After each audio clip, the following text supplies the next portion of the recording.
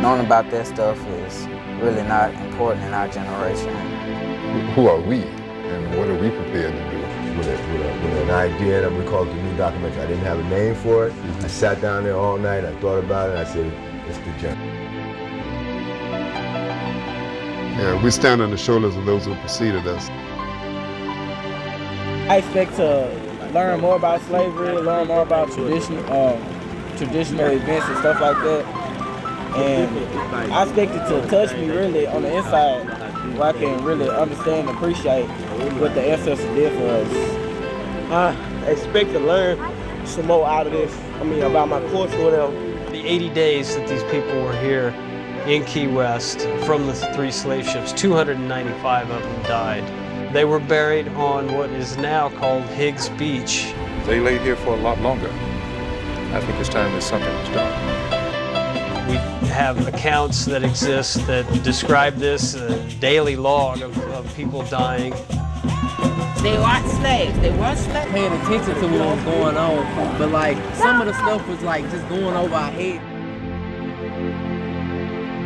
Henrietta Marie was found in 1972 by Mel Fisher and Treasure Salvers Incorporated specifically during their search for the wreck of the galleon Atocha. I made a lot of dives in a lot of different places, but this is a different kind of dive. This is not a dive, you know. So this is a different kind of dive. And I told many people, I said it was sort of emotional when we first went down and we put the plaque down and then put the compass on it and I turned it around so it faced Africa to send the message back to Africa and all that.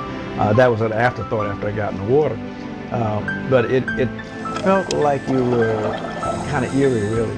You know, like you were, as one person put it, touching the souls of your ancestors. It was surprising. I didn't know that they had put down something like that down there. You use your imagination to think about the past and think about all these things that your ancestors went through. It felt good to be down there where my ancestors had been laid to rest. The Mel Fisher Maritime Heritage Society was founded in 1982 by Mel Fisher and his associates.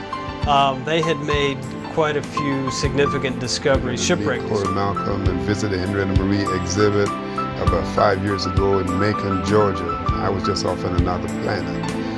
It took me 2 visits to walk through the entire exhibit, not because it was so lengthy, but because it just affected me in such a way, you know, that I felt the pain of my ancestors, but also by the time I got through the second visit, saw the triumph that I was able to stand on their shoulders to be here. Think about your ancestors, what they went to get you at this point, to this point in time, it would change. I think it would change. Same reason why when I go into classrooms to speak to young people, and I don't only speak to minority young people, I speak to young people of all ethnic backgrounds. Even the young white kids need to know there's somebody like me who's credible, who has achieved, who lives and breathes just like they do. Because there's some days when they're going to be grown up and dealing with counterparts of their own age, of other ethnic groups, and somehow flash in their mind that they met a Bill Moraine somewhere in their past who brought a touch of credibility, of reasoning to their life-building experiences. So a white family in Minnesota or Key West or Atlanta, where I'm from, have the same challenges of having to mold their children, to mold the world experiences for them that gives them the tool, empower them with the tools to live in a better world and a better tomorrow. Because without the past, then where would you be? Past wouldn't be no future. This is how this whole thing started, how we got into it, because it was misunderstood of what we really said.